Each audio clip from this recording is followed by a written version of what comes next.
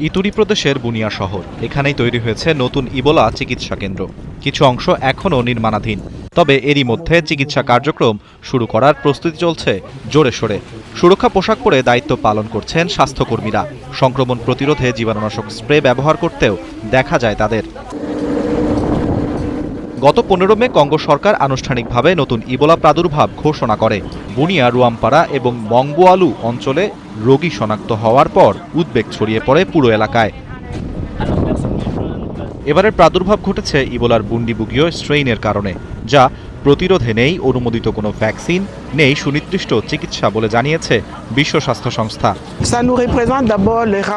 এটি আমাদের প্রতিরোধ ব্যবস্থাকে আরো শক্তিশালী করবে। এই রোগের বিরুদ্ধে লড়াইয়ে রোগীদের যথাযথ চিকিৎসা নিশ্চিত করা অত্যন্ত গুরুত্বপূর্ণ। আমরা চাই আক্রান্তরা চিকিৎসা কেন্দ্রে সেবা গ্রহণ করুক।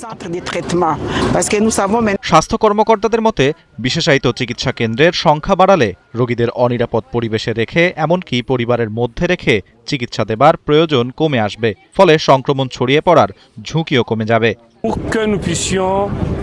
নতুন কেন্দ্র চালু হলে রোগীদের যথাযথভাবে চিকিৎসা দেওয়া সহজ হবে। একই সঙ্গে তারা মানসম্মত নয় এমন প্রতিষ্ঠানে বা পরিবারের মধ্য থেকে চিকিৎসা নেওয়ার ঝুঁকি থেকেও মুক্ত থাকবে। সাম্প্রতিক কঙ্গোর সরকারি তথ্য মতে, চলমান প্রাদুর্ভাবে এখন পর্যন্ত প্রায় 600 জনেরও বেশি সংক্রমিত হয়েছে। মৃত্যু হয়েছে অন্তত 115 জনের। সংক্রমণের বেশিরভাগ ঘটনাই ইতুরি প্রদেশে শনাক্ত হয়েছে বলে উদ্বেগ বাড়ছে অঞ্চলটি জুড়ে। পরিস্থিতি মোকাবেলায় কঙ্গো সরকারের সঙ্গে কাজ করছে বিশ্ব স্বাস্থ্য সংস্থা।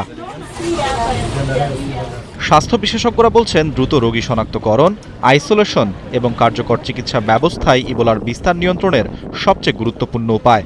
আর সেই লক্ষ্যেই নতুন চিকিৎসা কেন্দ্রকে গুরুত্বপূর্ণ পদক্ষেপ হিসেবে দেখছেন সংশ্লিষ্টরা। আরাফাত ইসলাম, ৭১।